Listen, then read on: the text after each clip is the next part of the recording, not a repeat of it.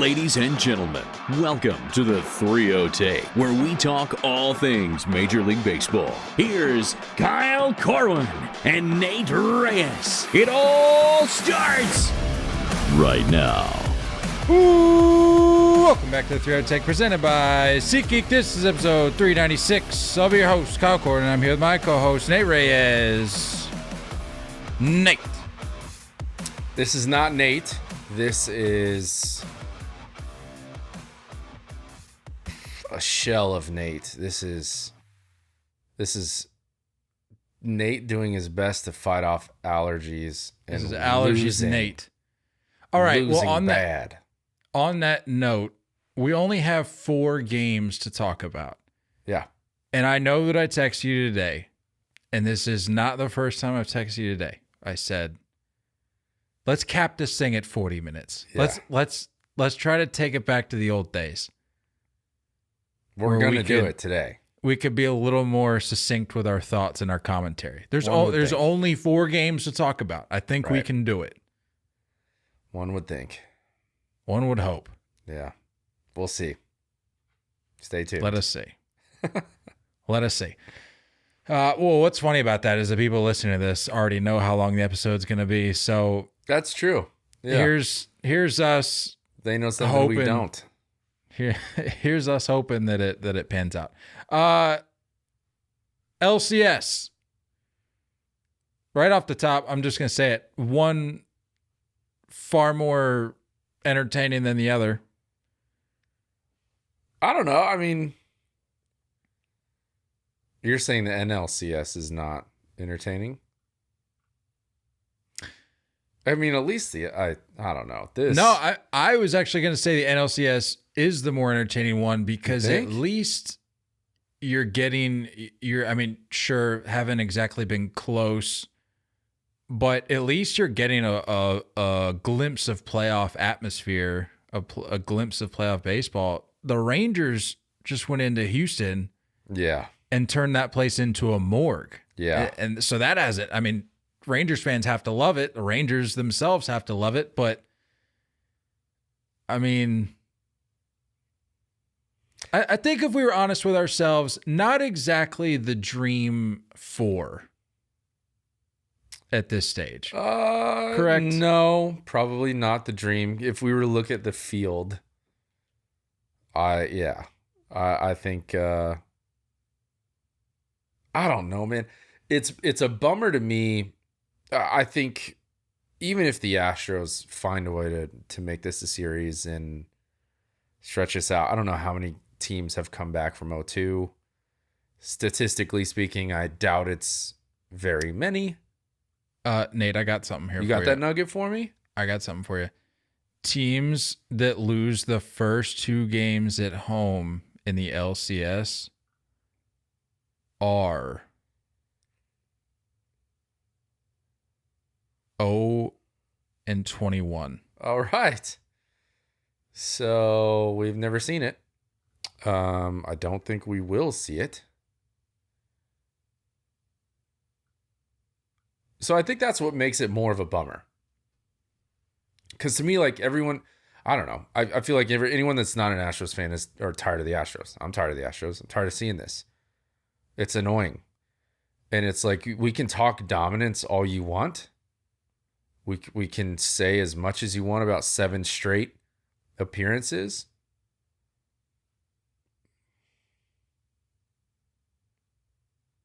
Probably would prefer to get over the hump a little bit more often, you know?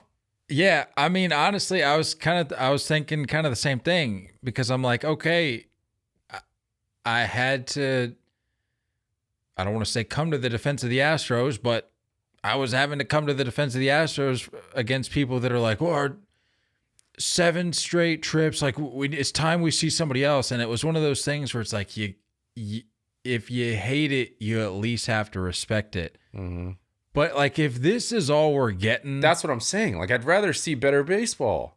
Right. It's like, if this is all we're getting, then ultimately you're just seeing the name and the jersey pop up on your screen and really not much else. But like, if they were just showing up and just rolling the field every time October came, it's like, okay, that's a little different. Like I said, if you hate it, you at least have to respect it. But I mean, just punching your ticket to the LCS year after year is getting a little old, if I'm being honest. And I know, coming off a World Series, but I'm just saying, looking at the big picture here, it's like, okay, 7 straight trips is gonna lose its luster a little bit if this continues and this is the only kind of Astros baseball we get. Yeah. It's been a little bit of a wacky postseason. It's been a little bit different than what we're used to. We're so used to dominant pitching and that being the story. And it's like these offenses are stealing the show. And I understand, like, the whole, whoever homers most is going to be typically winning games, but it's like, dude, all right, we get it. Like, I don't know. I'd be down for a little bit of a pitching duel. That game 1, Rangers Astros, 2-0. That's a well-fought game.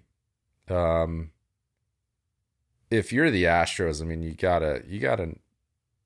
you gotta be a little bummed that you can't win on Verlander Day. Tough for him to take the L there too, because he threw well. True, but if you're the Rangers, at this point in the postseason, that's kind of their Verlander Day. Mm-hmm. Apparently, when Jordan Montgomery steps on the mound, I know that's something that they can look forward to a little bit more now. It seems. Who knew? The guy's a freak, man. And I feel like this postseason has probably added, I don't know, I would say another 5 to 7 million AAV to whatever deal he's going to get this offseason. I feel like there's a few guys this postseason that have helped themselves out in that regard. Big fan of that. Big fan. Aaron Nola, another guy. You love to see it. I love it. Jordan Montgomery, man. Just pitching, and I it's refreshing. If any of our fans are, or any of our listeners are fans of true pitching, like it's old school, man. It's working smart. It's in and out. It's up and down. It's staying out of the heart of the plate. It's fun to watch. He's not overpowering, but he will get his strikeouts. He does a really, really good job. It's fun to watch. I think the beard makes all the difference. It does for most of us, so respect. A crafty arm, Jordan Montgomery, went 6 1/3, 5 hits, no earned runs, 6 Ks and a walk. Verlander finished at game 1, 6 2/3, 6 hits, 2 earned runs, 5 Ks and 2 walks. It's not a bad outing at all. It's really not. Of the 4 games we've seen thus far at the LCS stage, like we're saying, if you're a fan of pitching, that's really all you've got at this point, at least across the board. Game 2, you had Eovaldi shove. And you've had other guys shove, but like I'm saying, across the board, a 2-0 game. Everything else has been rather lopsided, because the aforementioned game 2, while Eovaldi shoved, on the other side of the coin, Framber Valdez. Yeah. Yikes. Tough to start that way. 4 in the first, just a gut punch. And the throwing error, don't throw that baseball. That's got to go right in the pocket. Cannot throw that. Immediately in a jam. Did he change his cleats? Did I see that he went into the clubhouse? I heard that. Yeah, I didn't notice it, but I heard after the fact. I was like, wait a minute. Hey, gotta do what you got to do. And apparently, Kyle Tucker was switching BGs, no BGs. Yeah. So there seems to be a level of, or a lack of confidence in what you've been doing up to this point, and this is not the part of the season that you want to be tinkering with that. No, dude. At all. When you're grasping at superstitions because everything else is going against you, not good. Not good at all. Well, let me ask you this. Hindsight, of course. I believe it was our recap when we looked back at the Astros series against the O's, and we looked at that Mitch Garver grand slam in Baltimore. And you and I think a lot of others identified that as the nail in the coffin for the Orioles. Was the 4 spot from Framber in the first, are we going to look back at that and say that that was the nail in the coffin for the Astros? No. Knowing what we know historically about teams in the LCS that lose their first 2 at home. No, I think the Altuve base running mistake stands out more to me. Really? Even more than giving up a 4 spot in the first? Yeah. Oddly enough. I mean, I think it would be one thing if it was just like double, single, walk, tank. Like that, I think would have been a bigger punch and just a bigger been like, you're no longer the big brother. The Altuve mistake, just I don't know. Like there's something about that where like if that guy's not tapped in right now, I don't know. Ended that game with that weird like top spinner fly ball to left center that kind of looked off the bat like maybe could have got it. Yeah, I mean, I don't think the Astros are dead. I don't know if we're gonna find a specific moment. I think that specific moment will have to come in the third Rangers win. It's too early to give a nail in the coffin. The coffin is being prepped though. You know what I mean? Like it's getting lined. They're putting all the cushions in there. Flowers are getting picked out. I don't mean to like beat a dead horse here, and I'm genuinely asking. I'm not trying to. This isn't sarcasm in any stretch, but I'm asking. No team has ever come back from this. Yeah, and we're not talking being down 3-0 and a best of 7. We know the numbers on that, but here's the thing: is that like this team, you could easily see them tie this up 2-2, and if the series ends up still going the Rangers' way, that stat is still going to fall to the and whatever. I think this team's too good to count out, but this offense really has to get going. Really got to get going. I mean, Yordan's doing everything he can. Homie's doing a lot of work. See that slider he hit off of Chapman? And it wasn't even like I gotta give credit. It wasn't even a bad pitch. There's seen some bad Chapman pitches before. That was not it. Well, not just with Chapman. There's been a lot of that, and we'll talk about it with the Phillies D-back series. There've been a lot of pitchers, even in just these 4 games, that have been hitting their spots relatively well. Mm-hmm. But these guys that just lock in. Yeah. I mean, like I said, we'll get to it. But you had Schwarber dotting up a changeup off his front foot, hitting it 420 something feet. At a certain point, some of these guys just have to tip their cap and be like, I mean, Yordan, what are you going to do? Schwarber, what are you going to do? Guys like that, it's hard to get it going. I think, but there's guys like Yordan that I think can at least be the spark. Yeah, for sure. And he's the only reason that there is like a faint heartbeat in Houston.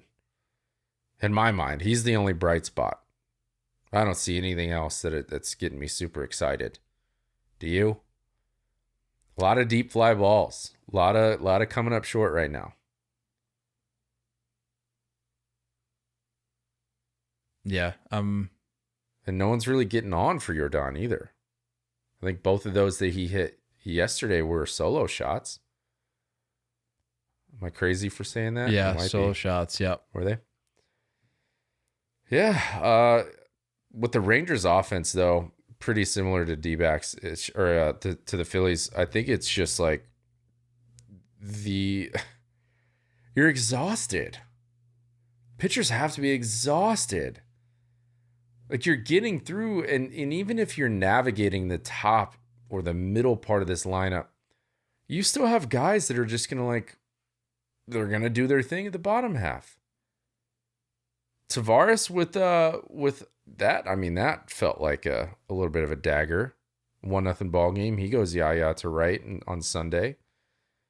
You just have guys that are doing our thing. My MVP pick, Heim, RBI single, home run over the Crawford boxes. I mean, you got bottom half of the lineup guys that are producing, and that's what I'm saying is that like even if you're not getting got by the guys in the middle of the order, these pitchers are like, it's hard to keep focus with every single hitter. It's hard to just spot up with every single hitter. Eventually you're going to make a mistake. And these lineups are so freaking deep. So deep. It's hard to imagine not seeing Phillies Rangers.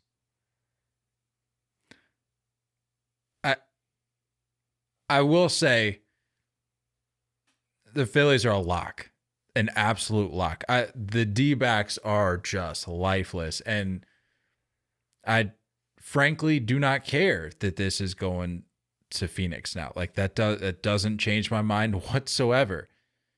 The only variable here in the mix that I could see changing, to your point, is the Astros jumping on Scherzer in Game 3, maybe using that to get things going, turn the tide, maybe tie the series up, and then you're playing a best of 3 at that point. Mm-hmm. Christian Javier last time out did look good. So, but in order to have it be a possibility that you go to the World Series if you're the Astros, you have, because it would have to come back to Houston. Mm-hmm. You have to find a way to play better at home. It's shocking how poorly they've been playing at home. Yeah. And that was the thing coming into this postseason that I was talking up so much. I'm like, that's one of the toughest places to play. Well, clearly the Rangers didn't think so. Of the field, though, I mean, like if you were to take all the teams in the postseason, you'd have been like, okay, the Phillies, obviously the bank is going to be one of the toughest environments. Houston's right there in my mind. I think any other baseball fan would have been like, yeah, Houston's pretty hostile, but not so much. Well, I mean, to their credit, like I think you can look at them separately and say, well, the fact that the team doesn't perform, like doesn't respond, and we've talked about this in episodes past, where it's like the team may not respond to the energy that the crowd is bringing you, but that doesn't change the fact that they're bringing it. Mm-hmm. And I mean, they can only bring it as for so long, until the wind's taken out of the sails, and that happened in both games. And now it's heading to. Well, it's not heading to Texas. It's in Texas. I don't know. Something tells me Arlington is going to be freaking rocking. Well, they've had one home game this postseason? Yeah, dude, they're ready to pop off. They are hungry for some postseason baseball. Those indoor fireworks get me going. I'm here for that. That should be illegal. I like it. That's a big fan. That's an emergency just waiting to happen. Big fan. Ain't nothing happening in Chase, though. No. Dude, I mean, talk about some lukewarm fans out here. Hey, but they got the D-back dog. Just about at every snack stand they got there. That's just a regular hot dog. If those were, if anyone's for anybody wondering, there's nothing special about it. It's just nothing Nothing special about a D-back dog. Just a hot dog. Probably a little worse. Probably a little too much hot dog flavor on the D-back hot dog. You know what I mean? Oh, I know what you mean. The Rangers, Nate, 7-0 in the playoffs. Let's go, man. 6 wins on the road. That's huge. That's huge. You take that, you combine it with the fact that the Astros have been cheeks at home. I'm not surprised. Like, looking back at these last two, it went exactly as it should have gone with the way these two teams are playing at their respective locations. Dude, you say 6 dubs on the road and you're talking Tampa, and I'm not saying that place is electric, but it is the fact that the Rays have been that dominant at home this year. Camden, and now Houston. Those are notable wins. Those are big road wins. Bruce Bochy has like sneakily crept up my favorite manager list. Just snuck through the back door. Yeah, and that just goes to show you, like, I'm not going to sit here and just like defend old guys for the next 20 minutes, but like, let's give our props to Bruce Bochy. It goes to show you that people, I think, just love to complain about old people, older people. For sure. Because I can promise you, no Rangers fan is complaining about Bruce Bochy right now. So really, it's never so much about the manager as it is the way your team's doing. Yeah. And I think people just love to jump on guys like Tony La Russa. I'm not comparing the two by any stretch. I'm just saying, like, older guys who are brilliant baseball minds, but it simply comes down to how the team's doing. And because of that and how well Bruce Bochy has been managing this club, nobody's saying a word. So just put that in your back pocket. I do think we got to get my man like a segue to get out to pitching changes, though. That's a tough walk to the mound. It's a tough walk. You mentioned that when we were at the games in Baltimore. You're like, my dude needs to pick it up a little bit. Yeah. I mean, they're winning ball games. I don't think works. Old Brucey cares too much. Give our props to Evan Carter. Guy's been on a tear. Made a brilliant catch in game 1 when they were up 2-0, bottom of the 8th. Bregman at the dish. I tell you what, Bregman. Good barrels. He's put barrels up. Well, I was going to say, yes, he has. But I'm not even going to pretend like this is a trend because I can only think of 2 examples. But like Bregman, specifically in the ALCS, I can think of 2 examples, one of which being this and the other Benintendi robbing him to close out the game in the ALCS. Like he's had a brief string of bad luck. Yeah. Late in games, putting barrels on the ball and it not panning out. But this goes beyond Bregman. Like you said, it's just up and down the lineup. They've seemingly gone, I don't want to say cold, but this isn't the Astros lineup that many were expecting outside of Yordan. Yeah. Yeah. Did you? Normally by the way, used did to you just them string some stuff together? They just haven't been really. Yeah. Anyway, what were you gonna say? I was gonna say, did you see that thing about Michael Brantley's dad? I did. I thought that was really cool. Yeah. He just like shows up to the team's BPs and it's like, yo, front side's flying. Stay inside of it. The king of staying inside of baseball is Michael Brantley is a freaking hitter. Now I know why. Papa Brantley. Pops. I had no idea. All the credit to Pops. Yeah, game 3, as we mentioned, Christian Javier versus Max Scherzer. I don't care about the vibes in Arlington. I don't care about how well the Rangers are playing. I've never been less excited to watch Max Scherzer pitch. I don't know what it is. Yeah, I'm right there with you. And that's why I said this has to be the turning point for the Astros, and I think it very well could be. But if Scherzer comes out and just freaking dices, there's your nail. It's done for sure. If Scherzer is making you look bad, you know what I mean?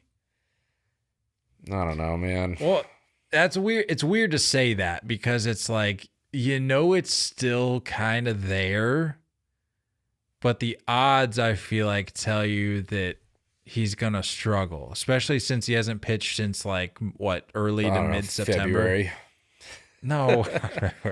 I don't know what he did this season, but it wasn't pitching. What's that Batman quote? It's like you live long enough to see yourself become the villain. Become the villain, yeah. That's what it's. You either die a hero, live long enough to see yourself become the villain. It feels that way for old Maxie. He used to be like this like just Mad Max, dude. Just like you're terrified of him. He doesn't talk. He's just angry.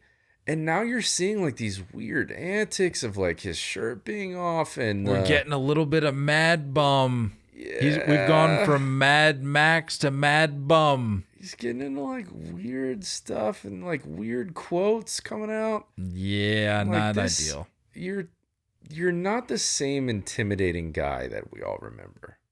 He sure isn't. And put a shirt on. Like I don't know. Astros, this is your chance. If you want it, you got to do it in Game 3. That's all I got to say. Phillies D-backs. Game 1. Zach Gallen absolutely ambushed. Zach Wheeler. Immediately. Zach Wheeler, brilliant. 6 innings, 3 hits, 2 earned runs, 8 Ks. But yeah, Gallen, tough night. Yeah. Rough couple outings for D-back starters, especially. What were your thoughts? I mean, not to bounce around too much, but what were your thoughts on the Merrill Kelly comments? What comments? About the bank not being able to trump the WBC environment, specifically the Venezuela game in Miami. I mean, Merrill Kelly, I told you, he's not the guy. He ain't him. Yeah, he's not him. I told you, dude. You were like, I got a soft spot for him competing in the WBC. He sucked in the WBC. And did I say that about him? I thought I just said that like collectively about the roster. Probably you've said that about him. You said that about Jeff McNeil. Both are dead to me. Yeah, that's fair. Merrill Kelly's a bum, and like you sucked in the WBC, so don't like try to tie in some amazing, environment that you experienced while you were sucking. And of course, that's the point of the WBC. We're getting cultures that we're not used to getting here in the States. So, I don't know. And you sucked again. I mean, don't talk bad about the bank. I think you can't. It's funny. Before I get into that, I just wanted to be on record. The bank hit 111 decibels after Harper's home run in Game 1. 111. You can't touch that place. And it's just funny to me. There've been so many moments where I've been scrolling the last few days. Honestly, since the postseason started, going back to the start of the wild card series, where I've been like, it's funny now how it's like become the popular thing to jump on this bank bandwagon because this is what we were saying last year and people were like, okay. And then you look at the numbers of how this team performs at home, specifically in the postseason. Yeah. That park, that fan base in October cannot be touched. And we're seeing it firsthand. Just dumb comments. To Merrill Kelly's credit, There were so many. Here's where Nate and Kyle try to like talk some sense into the sensationalism, because I just saw so many people being like, "Oh, sick, dude, you're gonna regret that." I mean, I tweeted in response to the video. I was like, "Oh, I'm sure this is gonna end well," and that was purely in regards to like his well-being, because I'm like, it's not going to end well, but I'm more so just worried about his sake, because clearly people aren't learning to just keep your mouth shut, whether or not they mean it, whether or not it's like ill-intentioned or not. When I saw those comments, I'm like, I don't think he was trying to give them any bulletin board material. I don't think he meant anything by it. I think he can recognize that this place is electric. He was simply just commenting on the fact that like he's at least familiar with an atmosphere that brings that kind of buzz. The problem is we've seen it with this Phillies team. It doesn't matter if you meant it a certain way, if you intended for them to hear it. Chances are they're going to find out. Say anything. They're going to hear it. The fan base is going to latch on, and it's over for you. That's just the reality of it. Let me find a side-by-side real quick. Just don't say anything. Don't This lineup, dude. touch the bank. This lineup. What are you pulling up? Merrill Kelly. I know exactly where you're going with this, and I think the same exact thing. Yup. It's unreal how similar they are. Merrill Kelly is an imposter, and he's obviously the dude from Schitt's Creek. He is Roland, the mayor of Schitt's Creek. It's unreal. But yeah, this lineup, dude, 15 homers in their last 4 games are the most by any team in a 4-game span in postseason history. I saw a tweet. I think it actually may have been from that Yankee World, the Addison account that I like so much. They were like, how can you look at what the Phillies are doing and not think that just mashing home runs is the way to go? Right. Like, just the way you got to do it. Spare me the analytics. Spare me. I'm not against small ball. I'm still one of the few that I feel like that believes that holds a valuable spot in the game. Sure. But like dudes that are going to mash baseballs 420 plus feet on a regular basis. And it seems like since the postseason started, it's been the same group of guys just night in and night out, switching spots on who gets the homer that night. Pretty much. Bryce, Castellanos, Trey, Schwarber. I think you can look at what they're doing and say, that's the answer. And I will say they're fortunate with how well their starting pitching has been, but I think coming into this, you would have thought it would have went that way. Yeah. I think the lineup has just given them a little bit of extra breathing room, and as a result, they've just been running away with the series. Well, I mean, and you talk about like the dream scenario of all your guys in your lineup being hot at the same time. And I know Schwarber wasn't really a factor during the Braves series. I chose him as the MVP because I knew like that guy's not going to stay down much longer. And what's crazy is that like the other guys are still going. I think I saw Trey is 8 straight games with extra base hit. That sounds right. Yeah. I mean, I have no clue, but I wouldn't put it past him at this point. Yeah. Like Bryce is Bryce. You have guys like Bryson Stott who just seem to have really quality ABs, like a pesky AB, and he sneaks out singles and he throws barrels the other way, and sneaks ground balls. Yeah, I mean, it's just like you have guys that fit in roles. And then like your other guy on the mound's exhausted, and then all of a sudden JT Realmuto shows up. It's so much depth. It's so much depth, and now they're all rolling at once. They beat the Braves and they didn't have everybody going at once. What makes you think the Diamondbacks even have a chance? And with the pitching side, I said it before the series. If a Diamondbacks pitching staff can work their way through a Braves lineup, they can work through any lineup. As hot as the Arizona Diamondbacks have been, as good of hitters as... You're saying that the Phillies can work through a Braves lineup. Right. If a Phillies you can said work D-back, sorry. Oh, did I? I'm losing my so. mind. I don't think I did. I think you're losing your mind. One of us is losing our minds. Minds are lost. Yeah. If the Phillies can work through a Braves lineup, they can work through any lineup. And they're doing it. And they're doing it. They don't even have to do it this well because of this freaking offense. And to that point, I think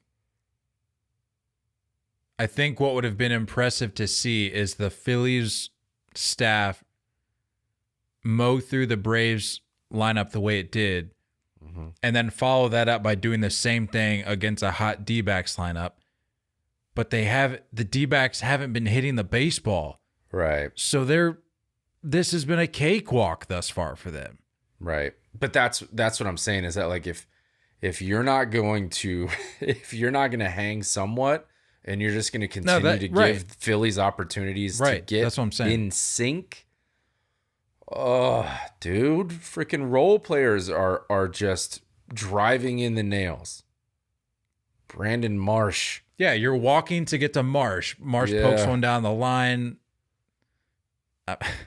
I mean, come on. It's tough, man. You just, what are you gonna do? Somebody's gonna get you though. I will say the X factor for me in this game, looking back on it, and I know it sounds kind of silly because of how good he's been, but Aaron Nola, and you say, well, why would you say Aaron Nola? Aaron Nola's been great. Similar to his start against the Marlins in the wild card series, a team in which he had not had great success against. You're sitting there going at this, and we talked about it. We said, if Philly is going to push, if the Marlins are going to push this to a game 3, they're going to do it in game 2 against Nola because he has had his struggles against them. Clearly did not matter. No. In this scenario, Aaron Nola has a set coming into tonight's game 2. He had a 7.67 against the D-backs over his career. Wow. Didn't matter. So the fact that in both cases he's been able to shake that narrative. Yeah. That tells you all you need to know about where this team's at. That's true. And the fact that Wheeler is Wheeler. I mean, there isn't a better 1-2 punch right now. As good as Montgomery and Eovaldi have been, I'm still going to go Wheeler Nola. And back-to-back L's for Verlander and Framber. Maybe on paper you would choose them, but it's wild, man. It's wild. The one thing that does concern me a little bit, or I don't want to say concerns me, but the one thing looking at what the Rangers have in this hypothetical projected World Series matchup would be the Rangers bullpen.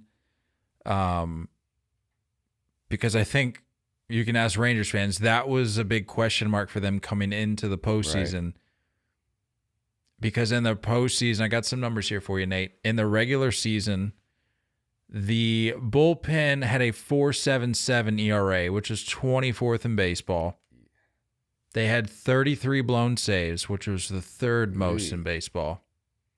And they had a 47.6 save percentage, which was the worst in baseball. Oh, not just the AL, in baseball. The bullpen in the postseason a 2.01 ERA, 0 blown saves, and they're 3 for 3 in save opportunities. I think I saw something today that Leclerc has been the final pitcher of record for the Rangers every game this postseason so far. Makes sense. He's been nails. I mean, how many times does that happen? Yeah. He's been nails. So that would have to be something that the Phillies would have to keep an eye out for, assuming this is. Oh, Chapman's going to get got. Don't worry. His moment is coming. It's not a postseason unless he. Yeah. He's narrowly escaped unless he gets got. It's coming. If it's this series, if it's next series, Chapman's going to get got. My only fear is that this freaking Phillies team is going to mow through the Diamondbacks too fast and have too much time cooling off. I don't know. Imagine a sweep here. How insane would that be, dude? Freaking sweeps through the wild card.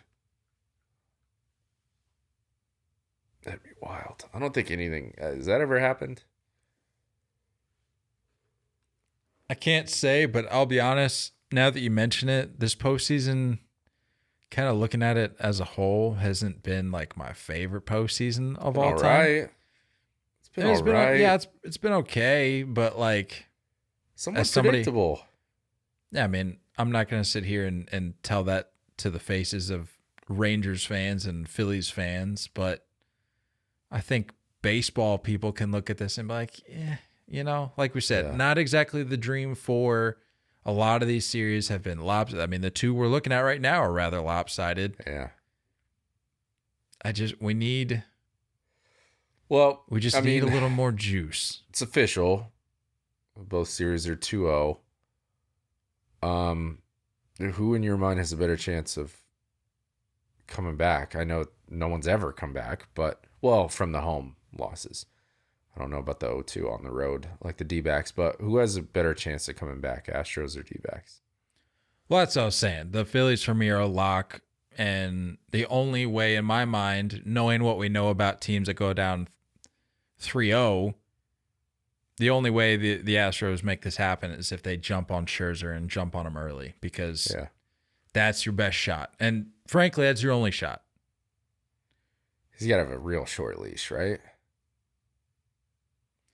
Also, if he does struggle, Rangers still win the series, do you give him a start in the World Series? I don't know if I would, dude. He makes your he has to make your roster, right? Yeah, I guess. Put him in the pen. Maybe give him a piggyback role. Throw him in the pen, dude. Throw him in the back end. Give him a high leverage spot. Throw him in the back end. That's the only way you're going to do this. I mean, what if he comes out and just flops? Then do you give him? I mean, if he has to fight his way through no, but I'm saying two different scenarios. He has to fight his way through a couple spots, gets out of it relatively unscathed, but gives up 3 or 4, nothing horrendous. But what if he just comes out and gives up 2 or 3 early, then gives up a grand slam, finishes a day with 7 earned runs on the books? Do you give him a spot on your World Series roster at that point? I guess he gets a spot, but he's not going to start. Here's the thing, dude. If it ends up being Rangers Phillies, the Phillies still have to have some type of that Mets hatred for Scherzer. It's still in there. I barely think of Scherzer's a Met, if I'm being honest with you at this point. Phillies fans, though, I don't know. The guy